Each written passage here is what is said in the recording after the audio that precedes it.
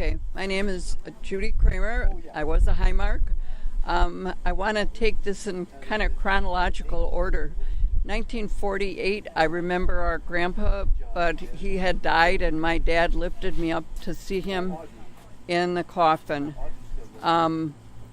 Shortly after that, my dad died in 1950, and quite a few of the aunts and uncles that lived in Butler, in Milwaukee area, moved to California, so we did lose contact with them. Auntie Anna was still here, Auntie Emma was still here, and Uncle Henry and Aunt Berna would come and visit, and so did Uncle Sally and Aunt Myrtle. They'd make a journey to Milwaukee, I suppose, to visit their friends, but they always made it a point to visit us in Pewaukee.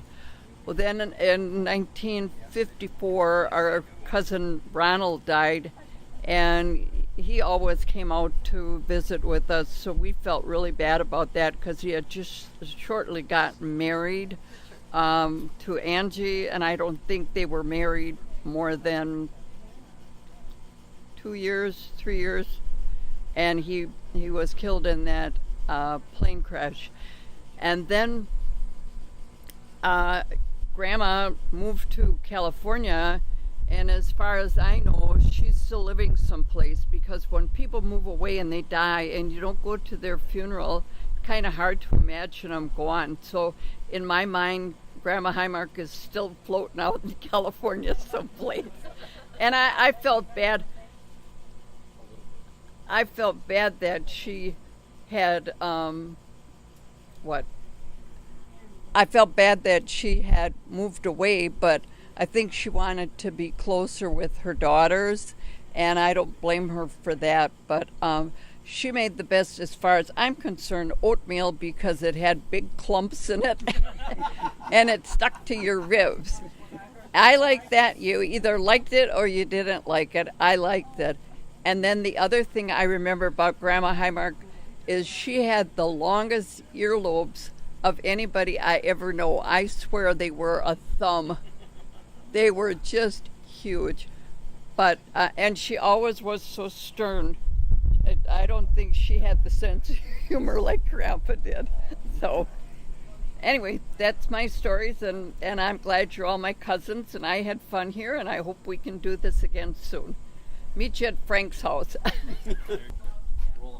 My name is Melvin Heimark. I'm son of Selmer and Pearl Heimark.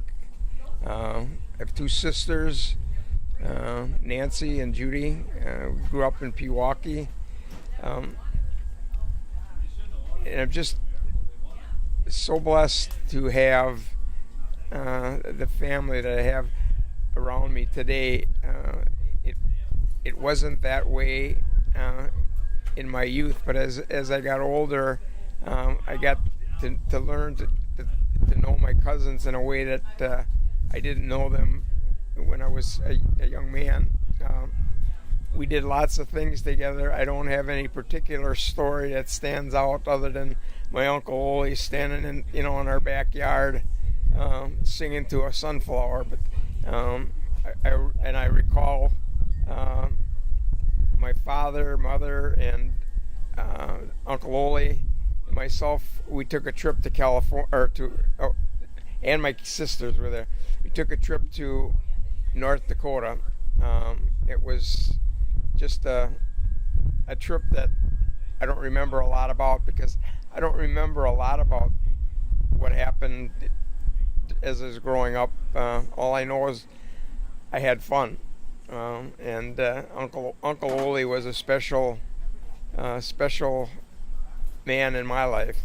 Auntie Emma was also one of those special people, because every year on my birthday, I was sure to get a phone call. Just special. But to get to know my cousins today on a level that is far, far deeper, and it's really interesting, because I've seen some of them for 30 years and can sit down and have a conversation with them as if we'd never been apart. God, does just absolute miracles if we let him do that. So thanks. That is so good. That was good. Yes. Yeah, I'd like to say a little something. Okay. Let me see the lights. Your hands. Okay. Okay. Okay, I'm Darlene Resack, and my mother was Myrtle Heimark Resack. And I want to say, I do remember going to Pewaukee and being at Selmer and Aunt Pearl's home, and I remember a little pedal car. We would pedal that little car till we just about tore it apart. It was so unique to us, and it was so much fun. And also, when we lived up in Crandon, Wisconsin, we were kind of like the Walton family. We had no electricity, we had no running water in the house, we had no indoor plumbing, nothing, and so we always went to bed when it got dark, and that was pretty early a lot of times. So when we went to bed, everybody, and Dad would start it, he'd say, "Good night, Myrtle. Good night, Beverly. Good night, Lois. Good night, Darlene. Good night, Rodney." And then he would say, "And don't forget to write Jesus on your pillow." And we've been doing that ever since. And then Mom would say, "Good night, Sally." Good night. And we would go through all of that. And something about Grandpa Heimark, when he would come to visit us in Milwaukee, we lived, I think, on Hopkins Street, and they wouldn't come very often, but when he did, he'd always take us to the corner drugstore, us three little girls and Rodney, and he'd be walking down there holding our hands, and he'd say, "Oh my gosh," he says, "I bet you guys haven't had a peppermint stick." And he would just about have us crying in tears because nobody bought us a peppermint stick since the last time he was there. So he would take us all in and he'd buy us a nickel peppermint stick. And that was so special. and Grandma, when she lived with us in California, she was always kind of strict, straight-laced Grandma.